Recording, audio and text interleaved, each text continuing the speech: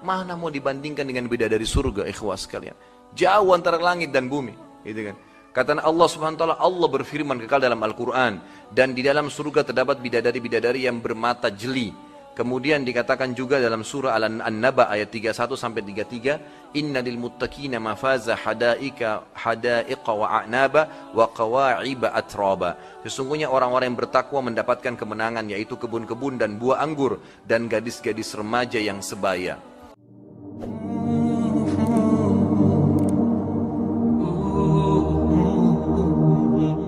Kemudian juga pelayan-pelayan di surga dari bidadari dan bidadara, Allah Subhanahu wa taala puji mereka. Seperti bidadarinya misalnya Al-Waqi'ah ayat 22 sampai 23, di mana Allah Subhanahu wa taala berfirman, A'udzu billahi minasyaitonir rajim, wa hurun 'ain ka'amsalil lu'lu'il maknun. Wahai laki-laki yang suka dengan perempuan pelacur, yang badannya bau, yang tidak mandi, yang tiap hari ganti laki-laki, masih terfikir untuk melihat mereka, yang cuma kelihatan cantik karena dandanannya pada saat dihilangkan maka akan rusak.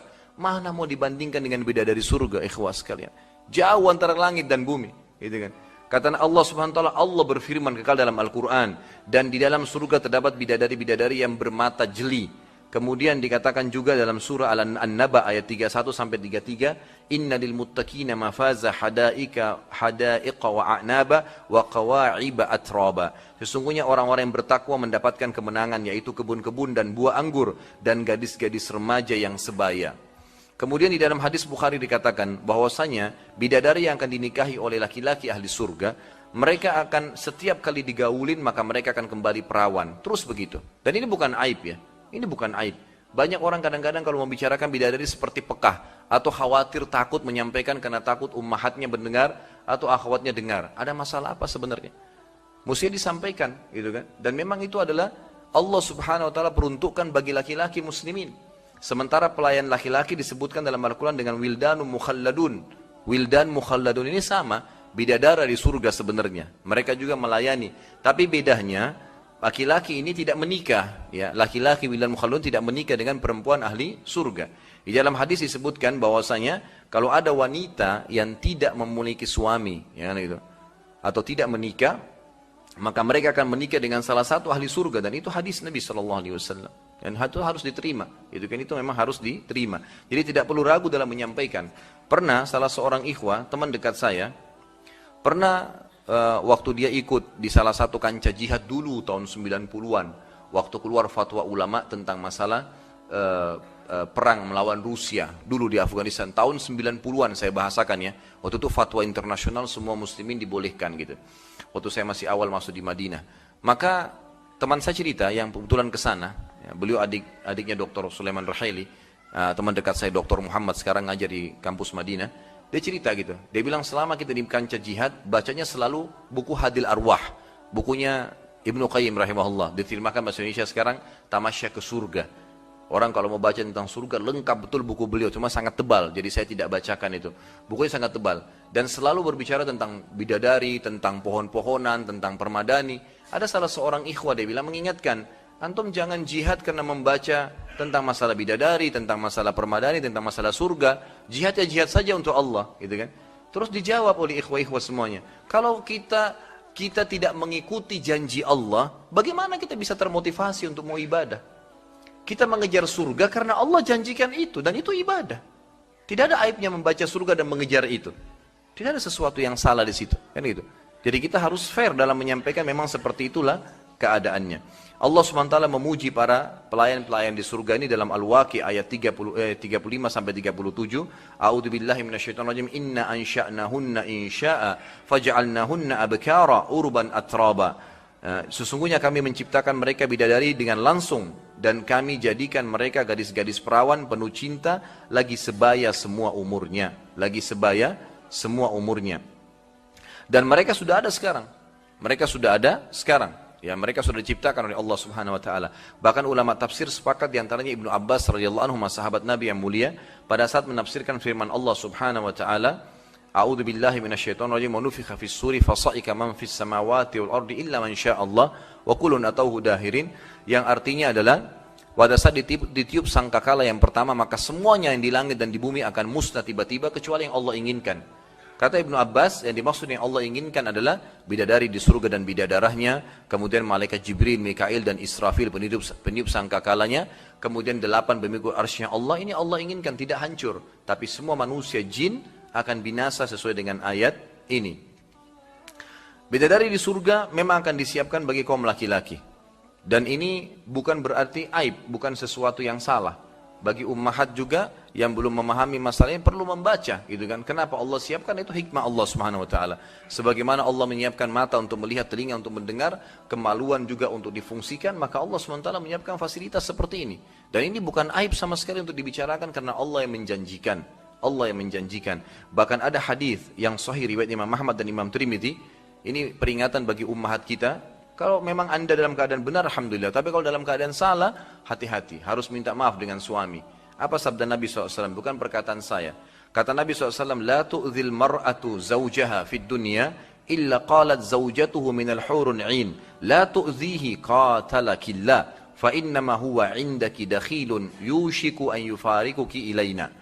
Jika seorang istri menyakiti suaminya tanpa sebab, tidak ada udzur syar'i. Nanti yang kita titik beratkan dalam masalah rumah tangga, melainkan istrinya dari bidadari. Artinya sekarang semua orang mukmin di surga memang di dunia sudah punya istri dari bidadari, asal dia pertahankan. Dan ini janji Allah Subhanahu wa taala. Ini bukan aib, bukan sesuatu yang salah. Jadi jangan sampai kalau hati kita berat menerima ini berarti perlu dipertanyakan masalah keimanan. Kata Nabi SAW, tidaklah seorang istri menyakiti suami di dunia, melainkan istri dari bidadari mengatakan jangan menyakitinya. Semoga Allah menjauhkan dia darimu. Kalau bahasa langsungnya sebenarnya semoga Allah membinasakanmu, gitu kan? Sesungguhnya ia hanyalah seorang tamu di sisimu yang sebentar lagi berpisah dan akan menuju kepada kami. Artinya memang penghuni surga akan didatangi, gitu kan? Kita lihat sahabat Nabi yang mulia, sahabat Nabi yang mulia, Handalah radhiyallahu anhu yang terkenal. Beliau pada saat terbunuh di perang Uhud, Nabi SAW melihat ke arah jenazahnya lalu mengalihkan pandangan matanya. Lalu para sahabat mengatakannya, Rasulullah, kenapa anda alihkan pandangan mata anda? Kata Nabi SAW, Allah memperlihatkan kepada saya istrinya dari bidadari sedang menjemput ruhnya. Hadis sahih, riwayat Bukhari tentang masalah itu. Orang yang patuh pada Allah, dia dapat surga di dunia. Allah berikan dia kenikmatan biologis di dunia sama pasangannya. Allah berikan dia kenikmatan makanan. Allah berikan dia kenikmatan dunia. Ini semuanya enak bagi dia. Cobaan pun datang dia lalui dengan keimanan. Di akhirat juga dia akan masuk surga. Dan ini seperti perkataan Ibnu Taimiyah rahimahullah. Siapa yang tidak merasakan surga dunia, dia tidak akan merasakan surga akhirat. Maksudnya, surga dunia itu keimanan, ilmu agama dan keimanan, sehingga dia selalu tentram dalam menjalani kehidupan ini. Dia selalu bersyukur dengan makanannya, dengan minumannya, dengan pernikahannya, dengan pendapatannya. Maka dia seperti di surga, dan di akhirat dia akan masuk ke dalam surga. Kemudian dikatakan, فَبِأَيِّ آلَاءِ رَبِّكُمَا تُكَذِّبَانِ, maka nikmat Tuhanmu yang mana yang akan kau dustakan? Zawata afnan, di dalam kedua surga itu ada dua buah mata air yang memancar. Fabi ayyi ala'i rabbikuma tukadziban, maka nikmat Tuhanmu yang manakah yang kamu dustakan?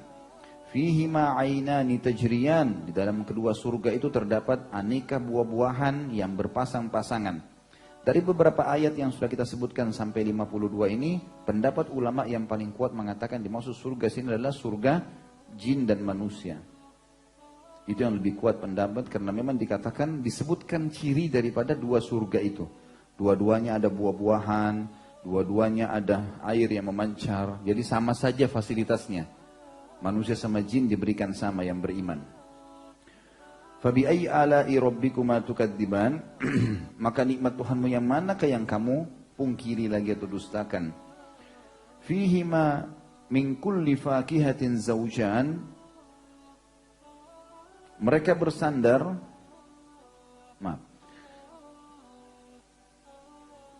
di ayat 52, di dalam kedua surga tersebut terdapat aneka buah-buahan yang berpasang-pasangan. Maknanya berpasang-pasangan bisa kecil dan besar, atau dua warna yang berdekatan, atau dua rasa yang berbeda. Misal disebutkan ada pohon delima, ada pohon anggur, ada pohon kurma. Itu menandakan memang di surga setiap buah selalu ada dua macam. Sama kurma tapi rasanya berbeda, warnanya berbeda. Sama delima, warnanya berbeda, rasanya berbeda. Tapi dalam satu tangkai. Itu makna daripada ayat yang baru kita bacakan. Kemudian dikatakan, Fabi'ayyi ala'i rabbikuma tukadziban, maka nikmat Tuhanmu yang mana yang kamu dustakan lagi, muttaqiina ala furushim batainuha min istabraq wa janal jannataini dan, maka mereka bersandar semuanya ahli surga di atas permadani yang bagian dalamnya dari sutra tebal, dan buah-buahan di kedua surga itu dapat dipetik dari dekat. Ini sudah kita jelaskan perkataan Ibnu Abbas radhiyallahu anhu atau Ibnu Umar ya, kalau tidak salah. Beliau mengatakan Allah telah menceritakan kepada kalian tentang dalamnya permadani itu dari sutra yang halus. Maka bagaimana di luarnya? Fabi'ayyi ala'i rabbikuma tukadziban, maka nikmat Tuhanmu yang manakah yang kamu dustakan? Lalu Allah mengatakan fihinna qasiratut tarfi lam yatmithunna insun qablahum wala jan. Ini saksi bahasan kita. Di dalam surga itu ada bidadari-bidadari yang membatasi pandangan. Maknanya tidak akan melihat kecuali suaminya. Yang tidak pernah disentuh oleh manusia maupun jin sebelumnya.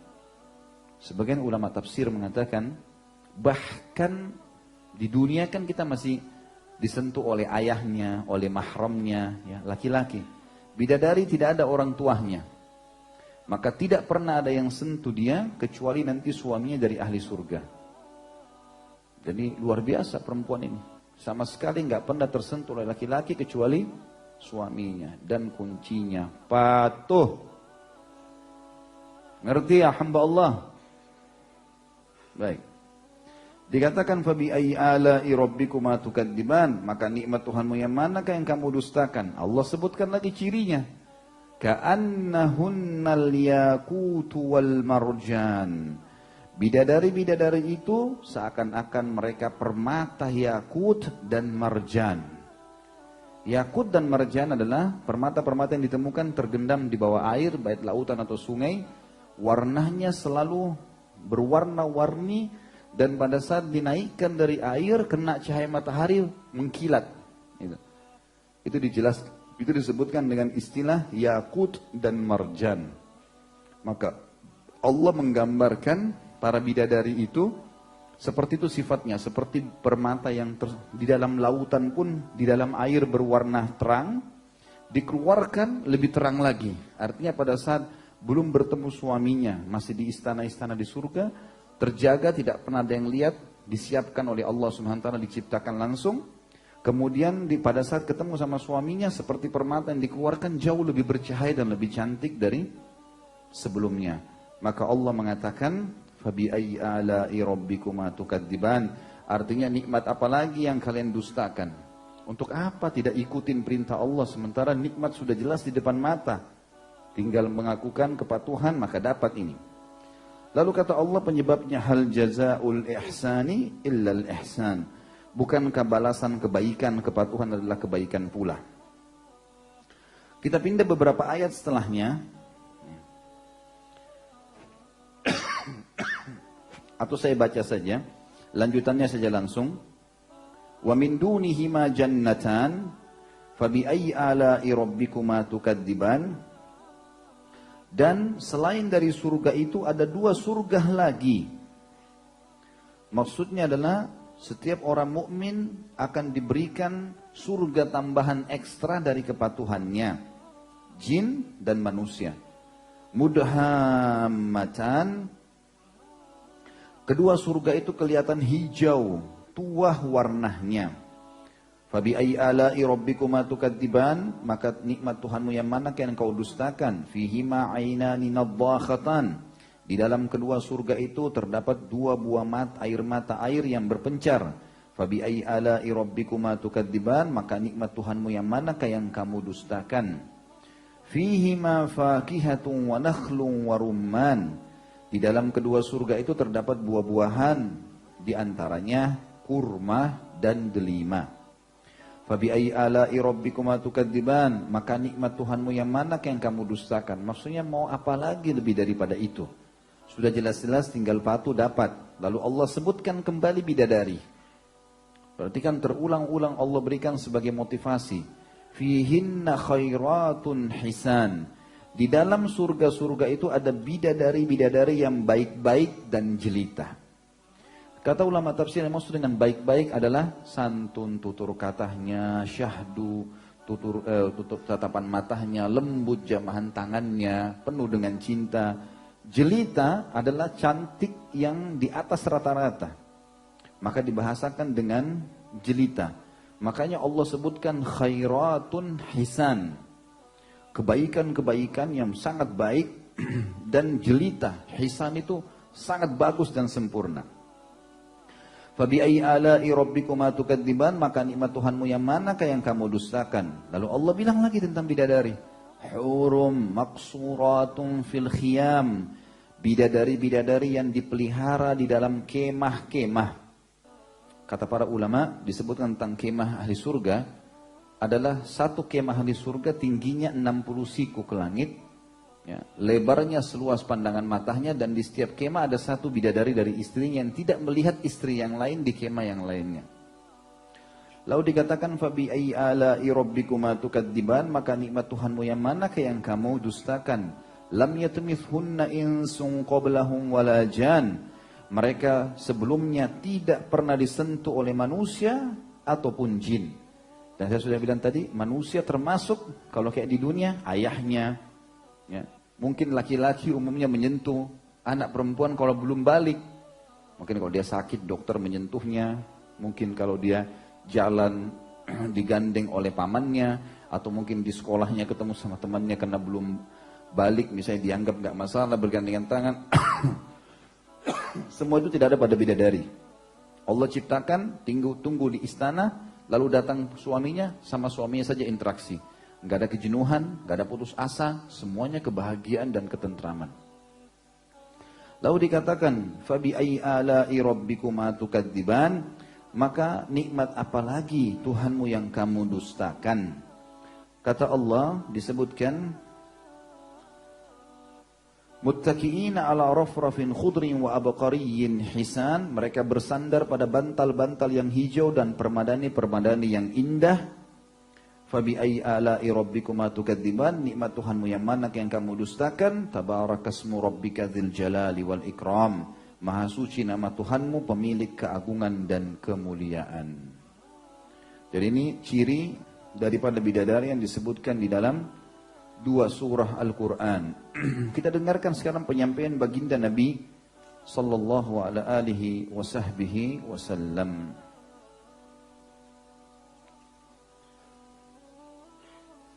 Oh, masih ada surah Naba belum dibaca.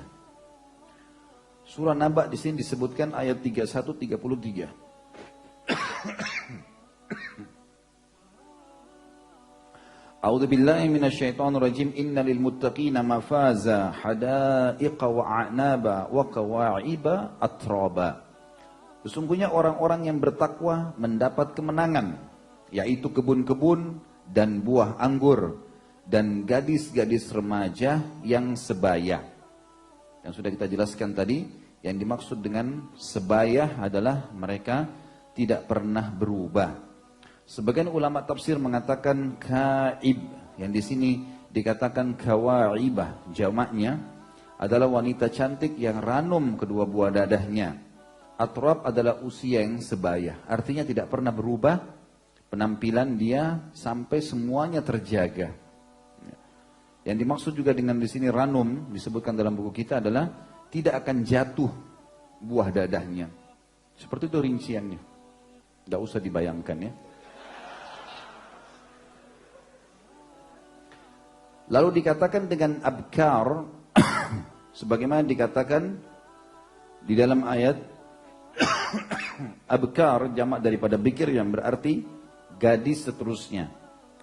Dan dikatakan uruban adalah wanita yang selalu mencintai suaminya saja.